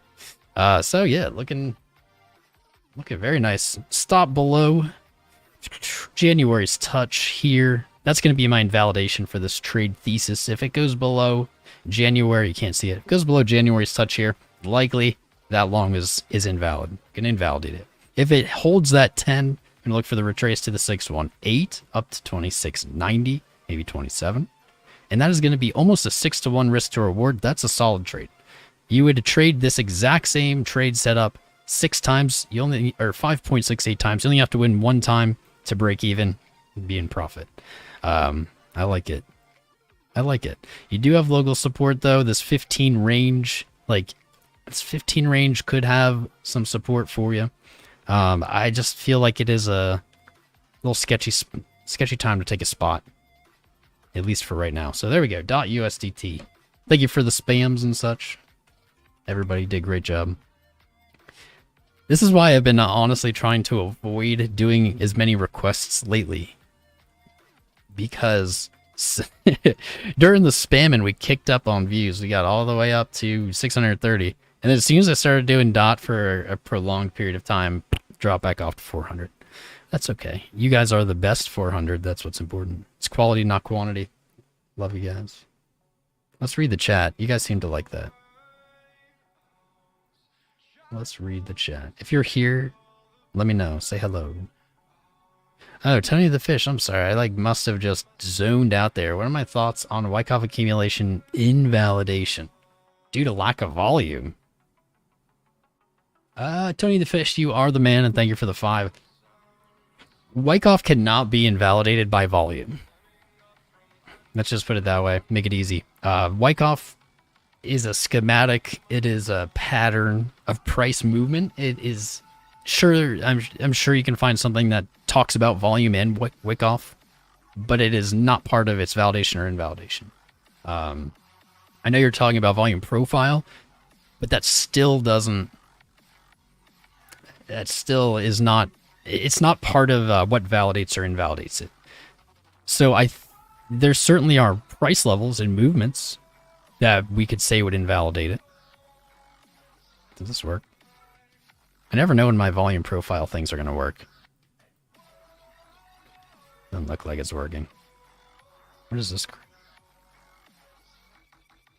Okay. Yeah, I don't understand why you're not working. Gotta find another one. Wyckoff is a schematic. It is a description of market expansion and contraction. In thinking we need to see some ADA. Only Josh would hear, like, 2 seconds after I said, this is why I don't like doing, this is why I have been avoiding doing requests. Only Josh then immediately would tip. Josh, you are my favorite troll. I love you, brother. You are my favorite troll. Tell you the Fish, looking at volume profile, so I think, well, you know that I know this because, or I think this because I've been talking about it for a while, that this volume profile going on is very important to what's going on with Bitcoin. Absolutely. Absolutely is. I don't think it's important to Wyckoff, though. So the big picture here of what we're looking at, why this volume profile means anything, is I think maybe the weekly. I'll have to look at it. Sure, here we go. So we zoom all the way out. We get all the traded volume, 3,100 to 65,000. And what do we see? We see some pretty surprising and maybe not otherwise available pieces of information. That one is. So 20K, what we're going to look for here in volume profile, for what this is, volume profile is the same as volume, normal volume. I'll put this on underneath, same as these bars, but instead of telling you how much volume was in that week, like these candles are showing us, so this here was all the volume there. Instead of us showing us it in time, it's showing us actually on the y-axis, it's showing us in price. So the farther that volume is away from here, I'll make these a little darker, like down here, this is showing us that there was more volume. There we go. So more volume, farther it moves, and the smaller on the right side here is less volume.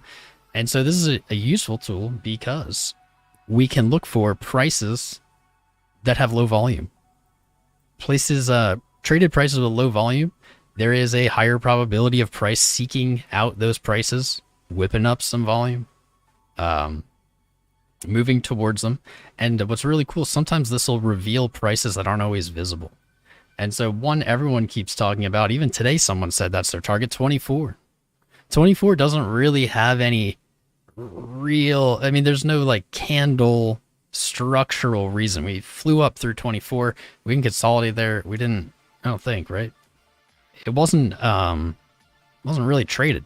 Yeah, we back tested it. Yeah, back tested it January. No, that's 28. Sorry. It's very, very briefly consolidated and then just blasted through. That's what I thought. We wouldn't really assume that this is going to be a range price might look for. There's no support there. There's no historical data, but volume profile here is revealing maybe this is a very attractive area.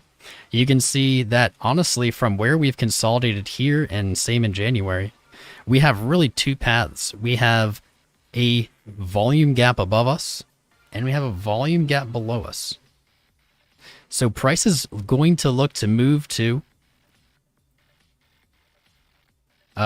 these gaps. And so that is either up here into the near 50s, or it's going to go look to test down here. It could, of course, stop 24.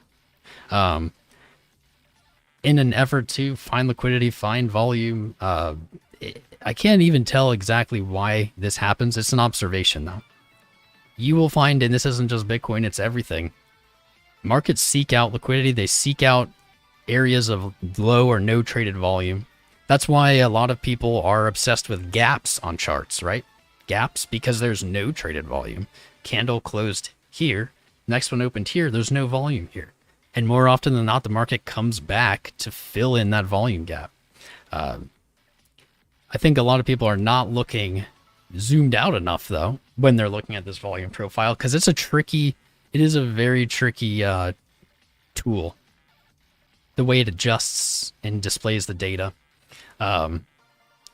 This red line it generates is showing us where the most volume is, 6,500. That is, if Bitcoin ever lost 6,500, I'd be very surprised and very bearish. Unlikely, very unlikely. But what you'll see here, if I place kind of just these important price levels here, you'll see that they correspond with areas of large volume. That's why I think they're unlikely to break. But you can see that even 13.8 stands out here. Yes, there's more volume here than here. But comparatively, it's not that much. But you can see as soon as you hit that 13.8 area, volume kicks up. More traded volume there. Obviously, there's no traded volume up here. So this would also be considered a void to be filled with volume. But this actually looks pretty cool. I'm glad you brought this up because it's a great tool. I don't usually have it enabled while I stream, but it's a tool I use a lot of the time when I'm just charting by myself.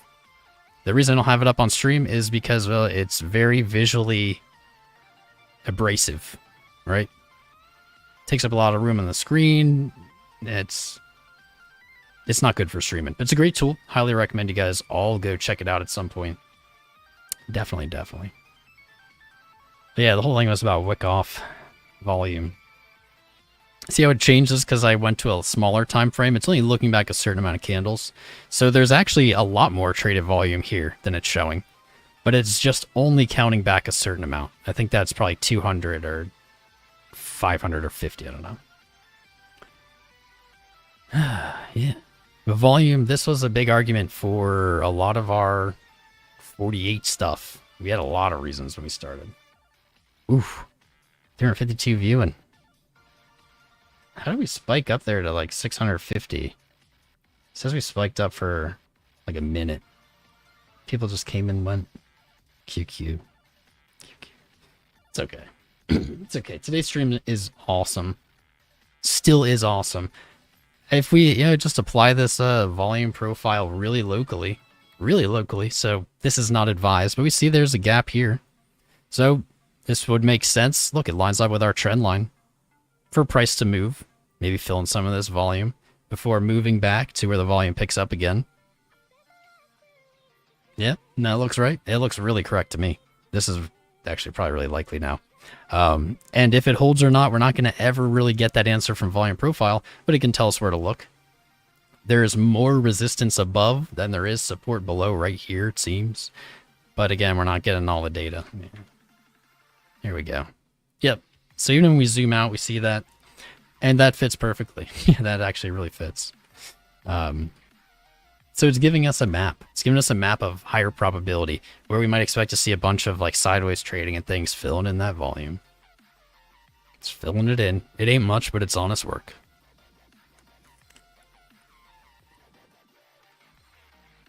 What is for sure is that we are, no matter what time frame you're looking at, we are right in the middle where we've been consolidating here, and this logically makes sense.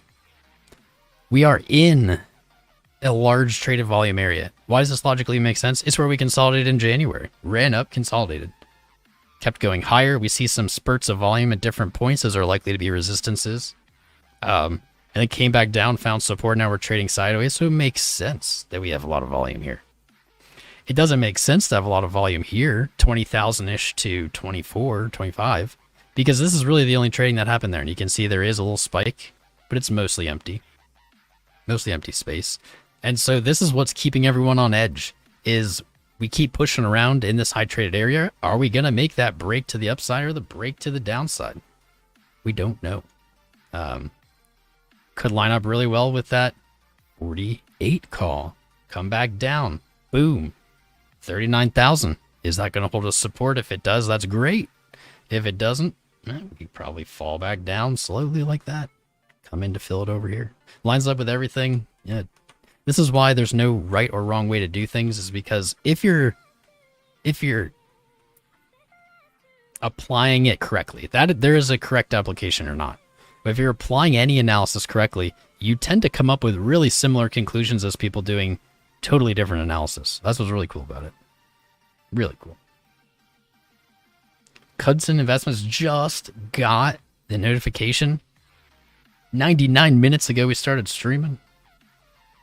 This is why Discord's so important. YouTube will not. There's proof. Proof's in the pudding right there. YouTube doesn't alert you. Won't ever alert you, really. You can't depend on it. It just rarely does. Discord always will. As long as you don't mute the server, Discord always will. That's right. Oh, man. We've been live for 100 minutes. Not bad. Hopefully people have taken a peek at the Patreon or are going to tonight. Best day to sign up. We're going to be live every day this week. First, second, third, probably fourth, even though it's holiday. Maybe not. We'll see what's going on. Anytime in between when the market's getting hot, we'll be on. Don't want to miss it. Wyckoff. Wyckoff. You're the king, James. Jessica White hates ADA. That's okay. You don't have to. Scott I. Craig. Jessica White shouting you out. There you go. There's a shout out. Easy peasy. All right. Maybe for Josh, I'll just peek at ADA. People are talking about it. I haven't gotten any alerts from ADA, so I don't think anything's happened. That's my honest opinion. Inverse head and shoulders here on the Bitcoin pair, playing out, painting beautifully on the daily. What we'd want to see, here's what we want to see on the Bitcoin pair here. So if you guys remembered that long-winded head and shoulders explanation, there's been a lot of learning today. That's what we do here. We need to identify a neckline to have it head and shoulders or inverse head and shoulders right here. It's wonderful when that neckline is resistance. It makes it extra easy to see. Just about 4,000 sats. We can see shoulder, head, shoulder, neckline touch again. So this is technically a head or inverse head and shoulders. But what we want to see and what the entry is the back test. What would that look like? Well, the back test would be right here, close to 4,000 sats. We would look for price to break to the upside. Probably, I would even guess 4,200-ish, 4,150. You see a little consolidation there, a little resistance on the daily from that. So we'd look maybe to test that resistance and then pull back to that 4,000 mark. That's the entry. That would be the entry. It's all hypothetical, not financial advice. That's the entry of a head and shoulders, or an inverse head and shoulders. And you would look for it to continue the upside. A lot of people have trouble viewing these things upside down So we're just going to invert the chart. Here you go. Now we're looking for head and shoulders. Everyone seems really good at identifying those. Left shoulder, head, right shoulder. Now we want to see that neckline broken. Back tested. There's the entry. Rejected. Where did that arrow go? There it is. So in this case, because it's upside down, there's the entry. Boom, the back test. That is the safe entry. That is the intelligent trade. Not right here, right now, because it looks like an inverse head and shoulders. Not the trade. You wait for the back test. Trading is about patience. 99% patience, 1% skill. USD pair. Actually, okay, cool. Momentum's moving up in the BTC pair. $1.31, still holding. I'll tell you what. ADA does look strong, still does. I've been saying that literally even since March's sell-off. I said, holy crap, this looks strong. You guys probably don't think so, but I see a lot of strength there. It's consolidated. It's held its low. This price point right here stands out to me so much on ADA. $1.31. It stands out to me so much, I'm going to get rid of a bunch of these. There we go, because I don't think they're as important. You can see pretty clearly some kind of symmetrical triangle. Something. That's not as important to me, though. What's important to me, and this kind of goes back to the volume profile we were just talking about in the episode, is this. Look at this consolidation. We had a run-up in February. Yes, it put in a higher high after that. It never put in a lower low after April 22nd. I can't name another coin. I don't think. That didn't put in a lower low in May. Period. But look at this consolidation. All that traded volume. There is so much trading here. If you get a break to the upside, which I think is the more probable move, could trade sideways, waiting for Bitcoin, then do it. You may come back to test $1.31 at some point. But it is going to be rock solid. That is going to be a rock solid support. So we have our moon targets up here created by our Fibonacci tool. So let's make this hypothetical. Bitcoin breaks up. ADA does too. Boom. Maybe just rejects off there. Goes to, say, let's $4.29. Maybe it goes to 6. We have a blow off top at 10. I don't know. Let's just get wild with it, right? So we have blow off top at 10. We would expect, we enter a bear market, the timing's perfect. This is all hypothetical. We would probably expect to see price action move like this then. You get a lower high.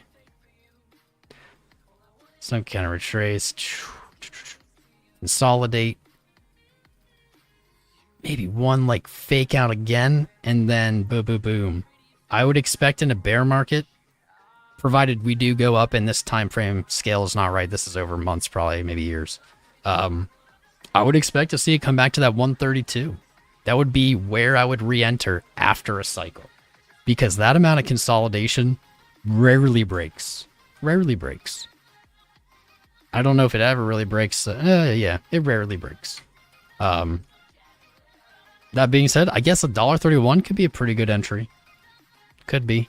I don't know if I would take it. Could be. But that's going to be an important level. We're going to hear about that level, I think, in the future. On the flip side, of course, it goes in both directions. So Bitcoin breaks the downside in this scenario.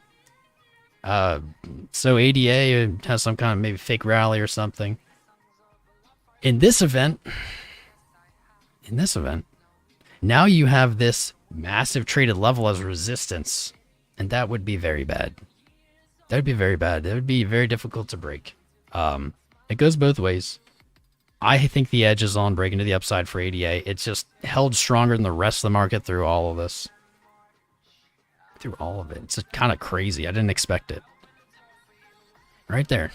You can see it. You just see it just by looking at it. You don't even need to know anything.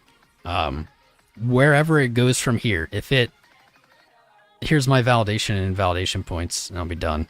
Break the high, invalidated that we're looking for a higher high, and that this is going to be support. Break April's low. That's 92 cents. Break April's low. And I'll take that as validation that this is rejected And now that's resistance. So validation as resistance, validation as support. In my opinion. There you go. ADA. Done. Thanks, Josh, for the 10, brother. Bitcoin, I really want you to just move up. You've been teasing me this whole episode. Look at this BS. Just teasing me, man. Get spicy for me. Get spicy. Man, where did all the viewers go? I don't get it. I don't understand. Now we've just trailed off. Do you guys want to see what I see? Look at the spike. This is when we were spamming. If we go chat rate, see? I think I'm onto something. I'm a clever fox. Chat rate right here. Hit its high. Let's chart our stream. Current viewers hit its high. I'm onto something there. Right there. That's why we do the spammings. Don't tell anyone. This is a secret, though. It's a really secret YouTube content creator. Secrets. Oh, Bitcoin.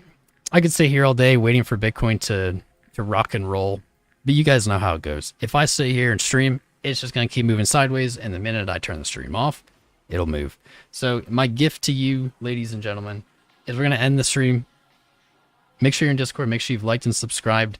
Check out Patreon. Today's the best day. That's the real takeaway. That's it.